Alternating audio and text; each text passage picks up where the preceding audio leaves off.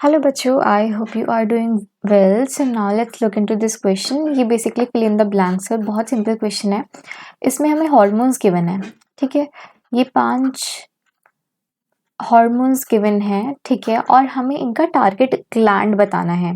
ठीक है, अब हमें पता है कि जो हार्मोन्स है they are the non nutrient chemicals और the we can say the intracellular messengers जो कि कहाँ पे एक्ट करते हैं, सेल्स, टिश्यूज, ऑर्गन, जो कि बेसिकली क्या है द टारगेट. तो अगर हम पहले बात करें हाइपोथैलेमिक हार्मोन्स, तो आप मुझे बताओ कि वो उसका टारगेट ग्लैंड क्या होगा. उसका टारगेट ग्लैंड होगा द पिट्यूटरी. देखो, जो हाइपोथैलेमस होता है that is the basic part of the diencephalon. ठीक है, वो कुछ इनिबिटरी हार्मोन्स को सिक्रीट करता है that are going to inhibit the secretion. कुछ हम बोल सकते हैं कि 7 रिलीजिंग हार्मोन्स भी वो सिक्रीट करता है जो कि क्या करेंगे, they are going to stimulate the secretion. ठीक है, अब जो दीज हार्मोन्स रेगुलेट करेंगे synthesis and secretion of the pituitary hormones. तो बेसिकली ये क्या करेंगे, they are going to regulate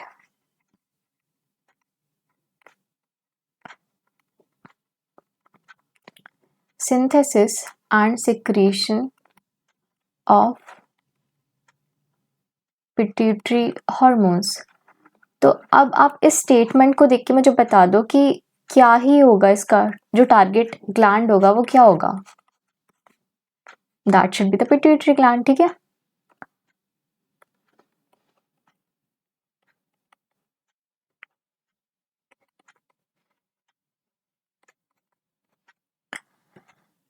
okay.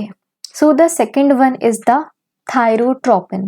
ठीक है, अगर हम बात करें TSH की, so that is going to thyrotropin. मतलब कहाँ से हम क्या बोल सकते हैं कि that is going to stimulate which gland. वो स्टिमुलेट करेगा थायराइड ग्लैंड को. ठीक है, और किसको रेगुलेट करेगा, synthesis and secretion of the thyroid hormones. तो वो किस पे एक्ट करेगा, the thyroid gland. So B का आंसर हो गया है थायराइड ग्लैंड.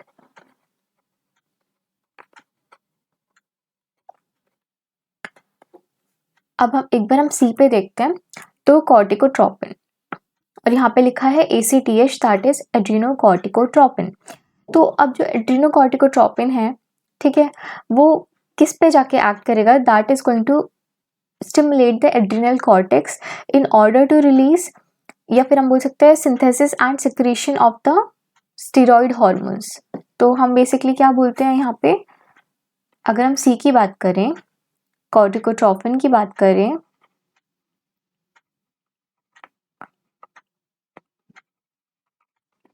तो ये क्या कराएंगे, सिंथेसिस एंड सिक्रीशन ऑफ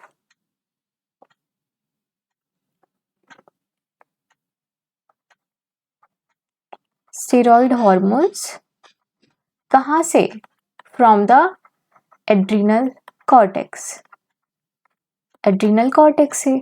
तो अब आप मुझे बताओ कि इसका आंसर क्या होना चाहिए. इसका आंसर होना चाहिए एड्रिनल कॉर्टेक्स.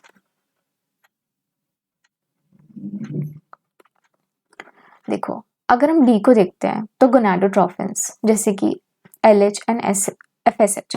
तो अब आप मुझे बताओ कि गोनाडोट्रोफिन्स कौन से, उनका टारगेट ग्लैंड क्या होगा. अब तो नाम से ही समझ आ रहा है, गोनाडोट्रोफिन्स मतलब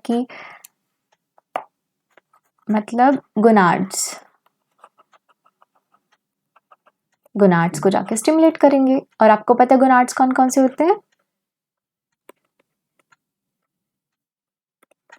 टेस्टिस एंड ओवरीज, है ना. इसके बाद में अगर हम मिलानोट्रोपिन की बात करें जो कि MSH. तो अब मुझे बताओ MSH है क्या, मेलानोसाइट स्टिमुलेटिंग हार्मोन, जो कि कहाँ से रिलीज होता है, पार्स इंटरमीडिया से, that is the middle pituitary. So that is going to stimulate, जो उसका टारगेट ग्लैंड होगा that should be the skin. तो हम इसको इन डिटेल में बोल सकते हैं pigment cells in the dermis of the skin. So what we can write here,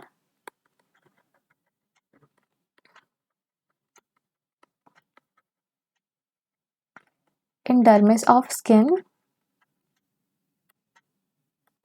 या फिर हम नॉर्मली स्किन भी लिख सकते हैं.